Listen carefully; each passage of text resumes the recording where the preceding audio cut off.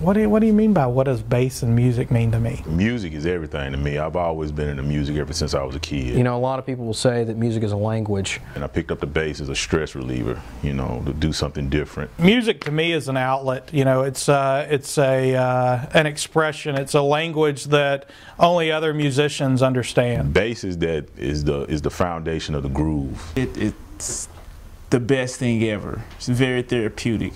This is probably by far the best bass shop in the world. You can't go anywhere in Nashville and find a bass shop like this. To me, it's my country club, because as you can see, he has all different type of basses in here. You know, he has a lot of high-end basses that a lot of spots don't carry. You know, around here, you know, you got your, you know, like your mega mall type, you know, music stores like, you know, GC, Sam Ash or whatever, you know, and Brian's policy is, you know, hey, you know, pick up and play anything you want, you know. And this is the greatest place in the world. The basses are magnificent. I've been to a lot of bass shops around the country, and this has to be by far my favorite. Here in this little town, Murfreesboro, Tennessee. My name's Brian Barrett. I own the Low End Bass Shop.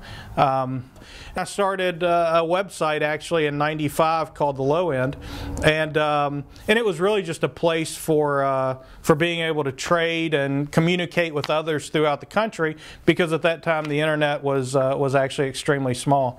I was actually the second online music store back, you know, in '95 when I first set the website up, and as the years went on from 2000 forward, the bass shop really started to grow. Inventory became larger. In 2002, I actually moved to Murfreesboro, where I actually opened up a retail shop for the first time. What else was I supposed to say? I usually have street rods sitting in here too. Oh yeah, and it's the only bass place where you will find the craziest street cars. Was it street rods?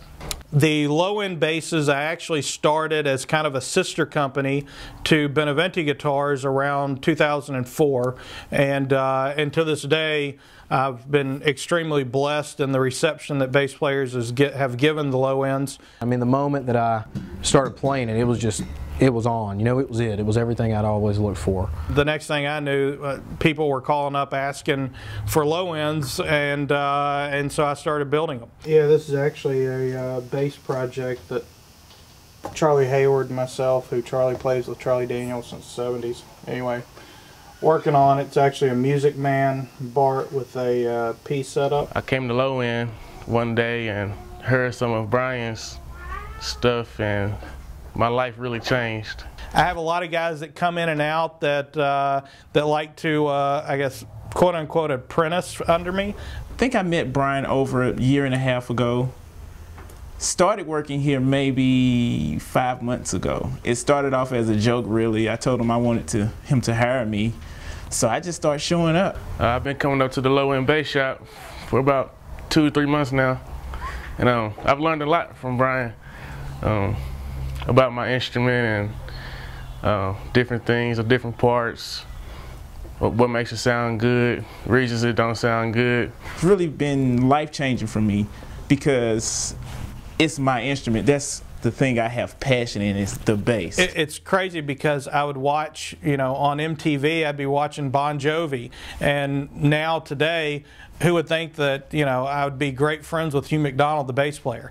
I'd be watching Blues Traveler on MTV in the late 80s and stuff, and who would think I'd be building basses for Tad Kinchla. So it's kind of wild to look back at your childhood and how things have progressed as you've moved forward in life, and I have it all to thank for actually getting into bass. You know, now I look at, you know, bass or that instrument in a different way now. It's the freedom that if I've got to run home, I can lock the doors and run home.